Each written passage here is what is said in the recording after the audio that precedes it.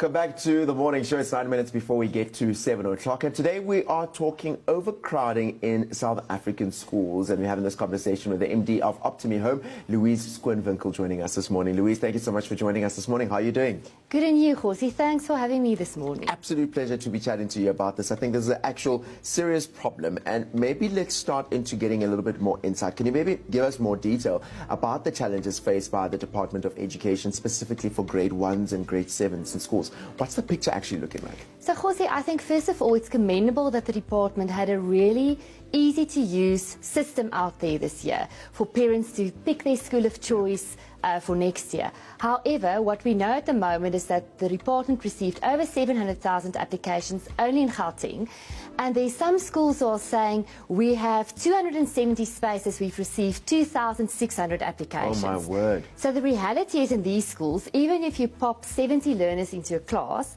you're still going to have a big portion of learners who need to find a space elsewhere. And often this space elsewhere is not at a school of choice, and parents don't realise, but wait, there might be another option. Sure. So we're sitting with a group of parents who are desperate, fighting for that last spot, and often there is just no other option for them. And now, for a parent who might be thinking, because I think for each parent, they're kind of going, well, make space for my child, you know, Absolutely. and kind of going, yes, 2,000 of the 200 spaces. I mean, I'm sure pushing it up to 400 or 500 should be all right. What's the implication of having a classroom of about 70 learners? So, Kgosi, I mean, think back to school. We were probably in classrooms with around 30, 40 learners.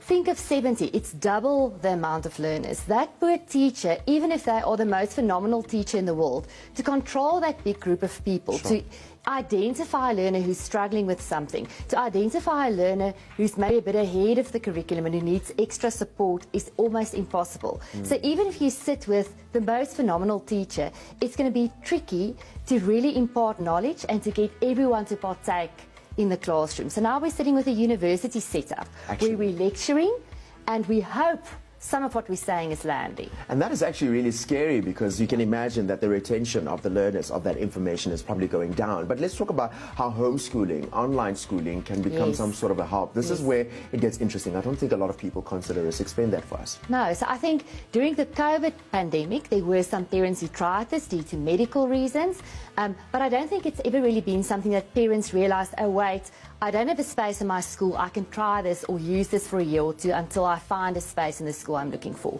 So the beauty of homeschooling and online schooling is if you choose the right service provider, like an Impact who uses the CAPS curriculum, you can easily transition in and out of a traditional school setup.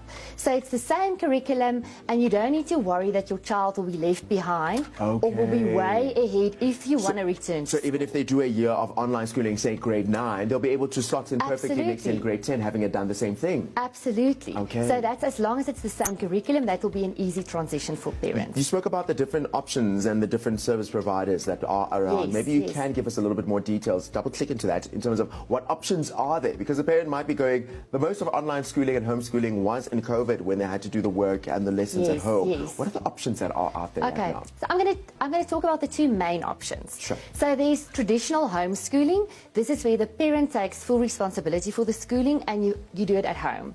Here you can install the assistance of a tutor to come to your house, or you can send your child for an extra maths lesson. I mean, let's be honest, not all parents are able to have the time to do that. Time and the knowledge to impart knowledge on all subjects. Absolutely. But that's traditional homeschooling. So it happens in the comfort of your home, and there are service providers who give you all the information you need to do this. So you get facilitator guides, learner guides, online platforms that tells you exactly what to do, extra help through videos, and all the assessments you need to complete your year. Online schooling mirrors more a traditional school.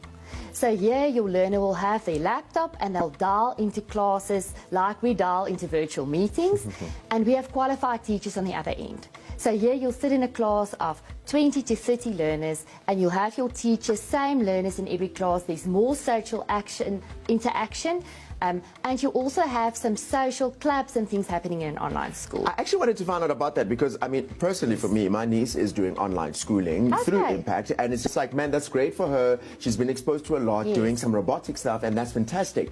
But I always wonder, what about the social aspect? How does that get handled? Because I'm sure there must be an importance of being with other children of their age. Absolutely, yeah. Maybe not with 70 in a class, but yes, it is important to be with learners of your own age. And that's where we say to our parents, you actually have more time to take part in extramural activities when you homeschool online school. Because in a traditional school setup, there's a lot of other things built in, like assemblies and break times, etc. So you have more time, and we encourage our learners, go and take part at the soccer club down the road. Go for swimming lessons. That's where you often meet friends. Also, there's a very active homeschooling and online schooling community in South Africa. Yeah. So these parents tend to get together. Yeah. Louise, before we wrap up our time together, there's a parent who's probably listening to this thinking, man, oh man, this will probably help because it alleviates the travel, it alleviates just a whole lot, a myriad of issues that we're having to face. But the big question becomes affordability and the cost to this. Kind of on an average basis, for an average public school, an average private school, for a parent who's considering homeschooling or online schooling, what's the difference in the pricing? Is it going a lot higher, which is what most people would think, Yes. plus I need to buy a state-of-the-art laptop, etc., etc., or what does it look like? So, Kgosi, it depends on the service provider you're choosing. So if you choose Impact, for example, if you're going the homeschooling route, depending on what your public school, if they charge fees or not. The homeschooling option ranges, depending on the grade, between 6,000 and 16,000 Rand per year. And then, of course, in matric, you've got exam board fees. That's on top of that. Online schooling is a little bit more expensive. Here we're talking in the range of 28,000 per year. If you're coming from a higher-end Model C school, this is going to be less than what you're paying now. Very true, very true. And I think for most parents, that's kind of the aim of what they want to go for, to get their children to a high-end Model C school. Louise, I think this has been very insightful for a lot of parents, where the idea of homeschooling and online schooling felt like it's something that's far out and for a very specific elite in society. But I think this has made it easier for people to understand that it's possible for them too. So thank you so much for joining us. Thanks, Kgosi. This has been absolutely insightful. Thank you. And I hope for you, TMS family, that you, as you're wrapping up this conversation, that you're feeling encouraged to go on and have a look at what options you have. That is how we wrap up the conversation with the MD of Optimi Home, Louise Schoonwinkel, talking all things overcrowding in schools and the solution that's available with homeschooling.